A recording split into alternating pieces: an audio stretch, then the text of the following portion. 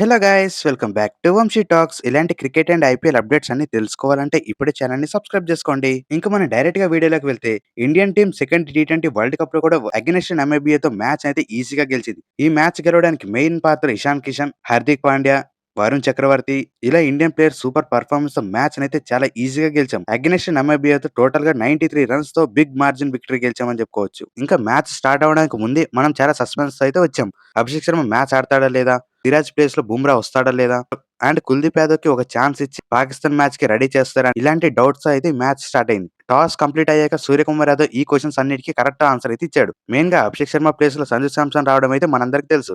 But ఇక్కడ ఇంకో twist ఏంటంటే ఇంకా అభిషేక్ శర్మకి అయితే స్టమక్ పెయిన్ ఫుల్ గా క్లియర్ కాలే అని క్లారిటీ అయితే ఇచ్చాడు. సో పాకిస్తాన్ మ్యాచ్ మీద కూడా అభిషేక్ శర్మ ఆడడం డౌట్. ఇంకా దాని గురించి రేపు ఇంకా ఫుల్ అప్డేట్స్ అయితే వద్దాం. ఇంకా ప్రివ్యూలో మాట్లాడుకున్నలాగే సిరాజ్ ప్లేస్ లో బూమ్రా వచ్చి మ్యాచ్ గెలవడంలో కీలక పాత్ర పోషించడం కూడా చెప్పుకోవచ్చు. తనైతే ఫుల్ ఫిట్ గా ఉండడం వల్ల టీమిండియాకి చాలా మంచి గుడ్ న్యూస్ అని చెప్పుకోవచ్చు. ఇంకా కుల్దీప్ యాదవ్ గురించి మాట్లాడుకున్న ఈ మ్యాచ్ కుల్దీప్ యాదవ్ ఆడతాడేమో, ప్లేయింగ్ లెవెల్ ఉంటాడు అనుకున్నాం. బట్ ఫైనల్లీ తనకైతే ఛాన్స్ ఇవ్వలే.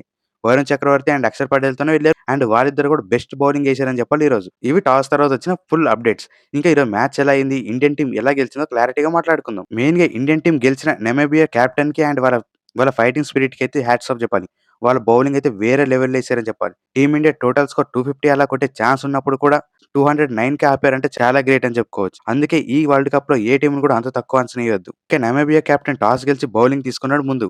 ఇంకా మన రెగ్యులర్ ఓపెనర్స్ అయిన అభిషేక్ శర్మ అండ్ ఇషాన్ కిషన్ కాకుండా సంజు శాంసన్ అండ్ ఇషాన్ కిషన్ అయితే ఓపెన్ చేశారు. సంజు శాంసన్ కి ఇది వన్ అండ్ ఓన్లీ ఛాన్స్ అని చెప్పుకోవచ్చు. తనకు దొరికిన one and only best opportunity ఇదే మ్యాచ్. ఇంకా మ్యాచ్ స్టార్ట్ అవడంతోనే సంజు శాంసన్ బ్యాటింగ్ అయితే వేరే లెవెల్లో ఆడాడు.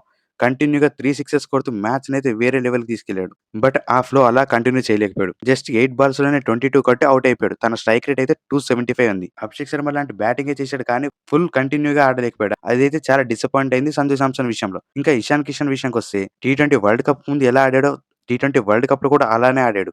ఈ మ్యాచ్ అయితే ఎక్స్ట్రార్డినరీ పెర్ఫార్మెన్స్. జస్ట్ 24 బాల్స్ లోనే 61 రన్స్. తన స్ట్రైక్ రేట్ అయితే 255 ఉంది. 5 సిక్సెస్ అండ్ 6 ఫోర్స్ తో మ్యాచ్ అయితే వేరే లెవెల్‌కి తీసుకెళ్లాడు. ఈ మ్యాచ్ 93 రన్స్ గెలవడానికి ముఖ్య కారణం కూడా ఇషాన్ కిషన్ కూడా. ఇంకా ఇండియన్ బ్యాటింగ్ లో మెయిన్ గా తిలక్ వర్మ 25, సూర్యకుమార్ యాదవ్ అయితే 13 బాల్స్ లో 12 రన్స్ చేసి డిసప్పాయింట్ చేశాడు. బట్ తనకేసిన బౌలింగ్ కూడా వేరే లెవెల్ వేశారు ఆ నమీబియా బౌలర్స్. ఎక్స్ట్రాడినరీ బౌలింగ్ అని చెప్పుకోవచ్చు. అండ్ అప్పుడు వచ్చాడు హార్దిక్ పాండ్యా. జస్ట్ తను ఆడిన 28 బాల్స్ లోనే 52 రన్స్ స్కోర్ చేసి ఇండియన్ ఫినిషింగ్ అంటే ఏంటో మళ్ళొకసారి ప్రూవ్ చేశాడు. 4 సిక్సెస్ అండ్ 4 ఫోర్స్ తో మ్యాచ్ అయితే హై రన్స్ స్కోర్ కి అయితే తీసుకెళ్లాడు. అంటే శివన్ డుబే కూడా 16 బాల్స్ లో 23 రన్ అవుట్ అవడం వల్ల టోటల్ గా ఇండియన్ స్కోర్ అయితే జస్ట్ 209 ఫర్ 9 కి అయితే ఆగిపోయింది. మెయిన్ గా 250 ప్లస్ రావాల్సిన స్కోర్ ని నమీబియా బౌలర్స్ కి అయితే హ్యాట్స్ ఆఫ్ చెప్పుకోవచ్చు.